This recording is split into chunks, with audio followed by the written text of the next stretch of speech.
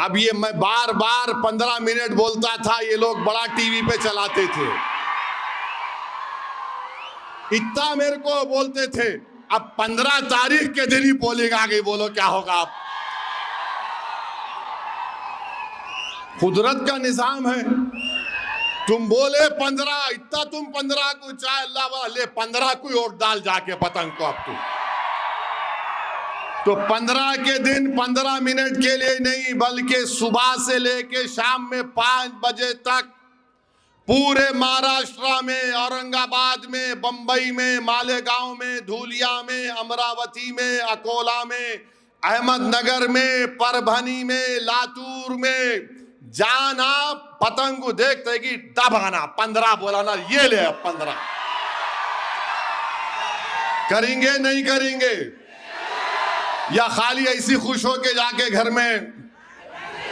Polling percentage कितना होगा? Polling percentage 90% से कम नहीं होना चाहिए नांदेड़ में इंशाअल्लाह ताला। लोग कहेंगे कि ओवैसी मस्जिद, दरगाह और खानका को इलेक्शन में ला रहा है, बराबर ला रहा हूं। भारत का संविधान मुझे कहता है, आर्टिकल 25 और 26 के तहत, मैं कोई जमीन के नीचे की, आसमान की बात नहीं कर रहा हूं। मेरा टूट रिश्ता मेरे मजहबी इबादत गांव से था और हमेशा रहेगा। इसलिए रहेगा क्योंकि जो संविधान को बाबा साहिब अंबेडकर ने बनाया था, उसका प्रियम्बल कहता है liberty of thought, expression and belief. तो बताओ, अगर उसके ऊपर बुनियाद बनाकर मैं कह रहा हूं कि 15 तारीख के दिन आपको अपने लिबर्टी ऑफ थॉट, एक्सप्रेशन और बिलीफ को प्रोटेक्ट करने के लिए, उसकी हिफाजत करने के लिए पतंग के निशान पर आपको बटन दबाना पड़ेगा, तो ये सच्चाई है, इसमें कोई गलत बात नहीं है। और अगर कोई कमजोर ये कहता है कि ओवैसी गलत कह रहा है, बाबू तुम्हारी बाप भी मेरी जबान का मुकाबला नहीं कर सकते, याद रखो। तो मेरे अजीज दोस्तों और बुजुर्गों, 15 तारीख के दिन वक्फ के काले कानून के खिलाफ वोट पतंग पर दबेगा या नहीं दबेगा? बताओ।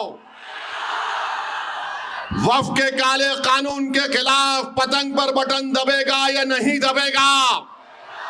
नांदेड़ की फिजाओं में क्या नजर आएगा? मेरे अजीज दोस्तों और बुजुर्गों, दूसरी बात, सैयद मोइन और फेरोज लाला बोल रहे थे कि अजीत पवार के भी कैंडिडेट हैं। अजीत पवार, तुम शरद पवार के नहीं हुए, तुम नांदेड़ के क्या हो सकते हो? जो आदमी तुमको पाल पोस के बड़ा किया, तुमको मुकाम दिया, तुमको इज्जत दिया, तुम उसी को घर में बिठा के आगे बढ़ गए। ये अजीत पवार की पहचान है। और खुद खड़े होकर बोलता है 75,000 करोड़ का गबन का मुझ पर इल्जाम है, क्या हुआ? हाँ अजीत पवार, तुम्हारा नाम अजीत पवार है। तुम्हारा नाम कोई मुसलमान का नाम होता तो तुम 75 साल जेल में रहते। ये फर्क है जो सत्ता में रहता है और जो मजलूम मुसलमान होता है। तो मेरे अजीज दोस्तों और बुजुर्गों, तीसरी बात कहना चाहूंगा, अशोक राव चौहान नहीं सुधरना चाहते, नहीं संभलना चाहते। अशोक राव साहब, आपको क्या एक मंत्री पद भी नहीं दिए मोदी?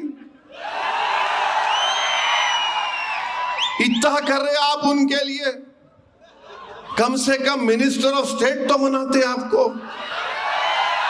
आप तो महाराष्ट्र के मुख्यमंत्री थे। हाँ, ये और बात है कि आदर्श स्कैम में आपको इस्तीफा देना पड़ा। आपको कम से कम नरेंद्र मोदी आपको कुछ तो दे देते। आप तो मराठा लीडर हैं, नांदेड़ के हैं। आपको तो चाय में से नरेंद्र मोदी चाय तो पिलाए, मगर चाय से तो मक्खी को निकाल के बाजू कर दिया आपको। अशोक राव साहब, ऐसा क्यों कर रहे आप यहां पे भी खेल रहे, वहां पे भी खेल रहे, इधर भी खेल रहे। देखिए, खेल महंगा पड़ जाएगा 15 तारीख को आपको इंशाअल्लाह ताला। ये नांदेड़ की आवाम बहुत बाखबर और होशियार आवाम है। जब आप मुख्यमंत्री थे तो यहां से मजलिस के कितने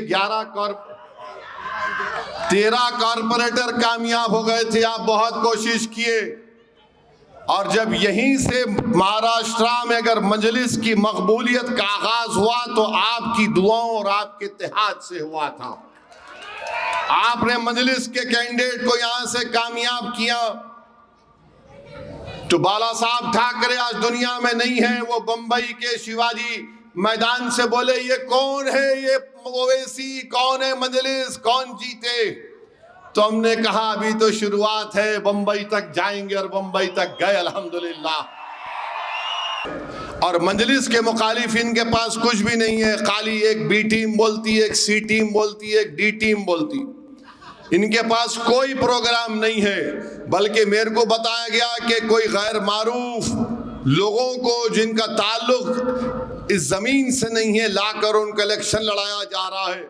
मगर आप बाशऊर और बाखबर हैं, आप जानते हैं, आप दोस्त और रहजन के फर्क को महसूस कर सकते हैं। और मुझे ये बात कहने में कोई खबात नहीं है, कोई शर्मिंदगी नहीं है कि हमने भी अपनी कमजोरियों को दूर किया है और हमने पूरी कोशिश की है कि जो हमसे दूर थे हम उनको करीब कर लिए, उनको हमने अपने सीने से लगाया। और मुझे यकीन है कि इंशाअल्लाह ताला वो मजलिस इत्तेहादुल मुस्लिमीन को छोड़कर नहीं जाएंगे और अल्लाह उनको जब तक जिंदा रखेगा वो मजलिस के लिए कोशिश करते रहेंगे। तो मेरी आप तमाम से ये पुरखुलूस गुजारिश है कि 15 तारीख के दिन आप अपने के कोट का इस्तेमाल पतंग के निशान पर करिए। हाँ, एक बात बोलना भूल गया, कांग्रेस पार्टी के भी उम्मीदवार हैं। आप कांग्रेस पार्टी से पूछिए कि मुंबई ट्रेन ब्लास्ट हुआ था तो क्या मुख्यमंत्री कांग्रेस का था या मजलिस का था। 185 लोगों की मौत हुई उस ट्रेन के ब्लास्ट में। जिन 11 लोगों को पकड़ा गया वो 19 साल जेल में थे, मुसलमान थे वो। उसमें से एक शख्स जिसका नाम कमाल अंसारी था, जेल में उसकी मौत हो गई। कोविड के दौरान जेल में थे ये बच्चे। एक साहब की तो बच्ची मासूम थी, जब गए वो अब जवान हो गई। मैं मिला उनसे, उनकी बेटी से मिला। आज कांग्रेस पार्टी को जवाब देना पड़ेगा कि ना तो 185 लोग जो उस टेरर बम ब्लास्ट में मारे गए उनको इंसाफ मिला, ना ये जो 11 लोग 19 साल अपनी जेल में खो दिए उनको इंसाफ मिला। कांग्रेस पार्टी बताओ, मालेगांव में 2-2 ब्लास्ट हुए, आपकी सरकार थी। जिन लोगों ने अपने बच्चों को, अपनी औलाद को खोया, वो क्या पूछ रहे होंगे, क्या सोच रहे होंगे। जिन पर इल्जाम लगाया गया, अपनी जवानी को बर्बाद कर दिया आपने उन्हें। हम पुकारते रहे, बोलते रहे, देखो ये तमाम लोग मासूम हैं, मगर आप नहीं सुने।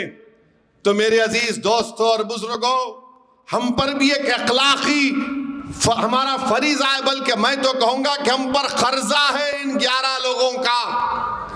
मैं नाम ले रहा हूं मरने वाले कमाल अंसारी का इसलिए कि हुकूमत को मालूम हो जाए और मरने वाले के खानदान को मालूम हो जाए कि दुनिया तुमको भूल सकती मगर मजलिस और ओवैसी तुमको भूलने नहीं देगा इंशाअल्लाह ताला।